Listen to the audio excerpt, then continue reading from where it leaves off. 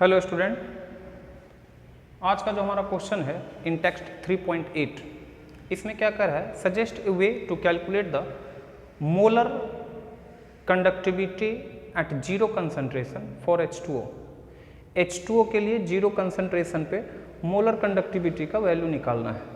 ठीक है, NCERT question में आपने देखा होगा एसिटिक एसिड का हम लोग निकालते हैं या और भी वीक एसिड का निकालते हैं। इसमें हम लोग को निकालना है वाटर के लिए। तो देखो जी, वाटर जो है ना खुद एक वीक इलेक्ट्रोलाइट है, तो ये डिसोसिएट करके क्या बनाता है H+ ion and OH- ion.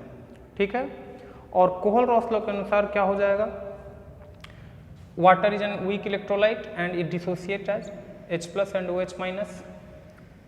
कोहल-रॉस law के अनुसार क्या हो जाएगा, molar conductivity of H2 at zero concentration will be equal to ionic conductivity of H+ ion and ionic conductivity of OH- ion। ठीक है, H2O का जो molar conductivity at zero concentration और एट इनफाइनाइट डाइल्यूशन होगा वो क्या होगा, H+ ion and OH- ion के आयनिक कंडक्टिविटी के योगफल के बराबर होगा, जो कि हमारा कोहल-रॉस लॉ क्या कहता है। कोहल-रॉस लॉ कहता है the molar conductivity of an electrolyte at zero concentration or at infinite dilution is equal to sum of ionic conductivities of component ions। ठीक है, अब H+ का हमको आयनिक कंडक्टिविटी कहाँ से मिलेगा, तो H+ के लिए हम लोग लिख दिए HCl का, OH- के लिए लिख दिए NaOH का। अब इसको जरा गौर कीजिए, H+ के लिए HCl, OH- के लिए NaOH, नया में क्या आया Na और Cl, इसको हम लोग रिमूव कर लिए -NaCl।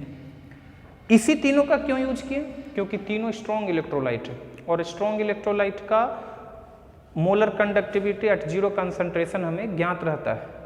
वीक इलेक्ट्रोलाइट के लिए कोहल-रॉस लॉ लगता है, स्ट्रॉन्ग के लिए नहीं।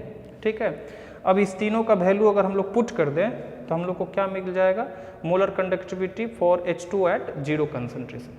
ठीक है, इसी के बाद इंटेक्स्ट का 3.9 क्वेश्चन है, जिसमें कि आपको एक मिथेनोइक एसिड है उसका मोलरिटी दिया हुआ है 0.025 m मोल पर लीटर। ठीक है, आयनिक conductivity of H+ ion and formate ion HCOO- ion दिया हुआ है। तो आपको पूछ रहा है what is the degree of dissociation, that means alpha, and dissociation constant, that means Ka।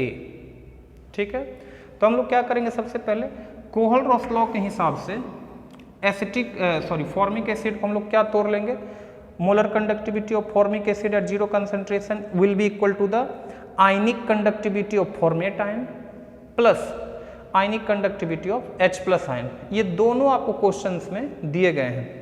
एक का वैल्यू दिया हुआ है 54.6, दूसरे का वैल्यू दिया हुआ है 349.6।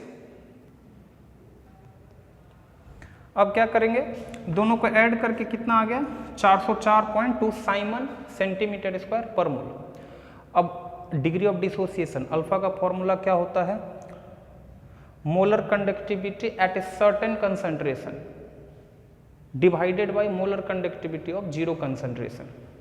सर्टेन कंसंट्रेशन का वैल्यू हम लोग का क्वेश्चन में दिया हुआ है 46.1, जीरो कंसंट्रेशन का वैल्यू हम लोग ले आए हैं 404.2, दोनों को डिवाइड कर दिया, अल्फा निकल गया 0.114, और डिसोसिएशन कांस्टेंट का फॉर्मूला होता है C∝² 1 - अल्फा। अल्फा तो हम लोग को पता है 0.114, C कितना रखेंगे, तो कंसंट्रेशन दिया हुआ है 0.025, उसको सॉल्व करके आप हमको बताइए, कमेंट बॉक्स में लिखिए कितना आंसर आया है। चलिए ठीक।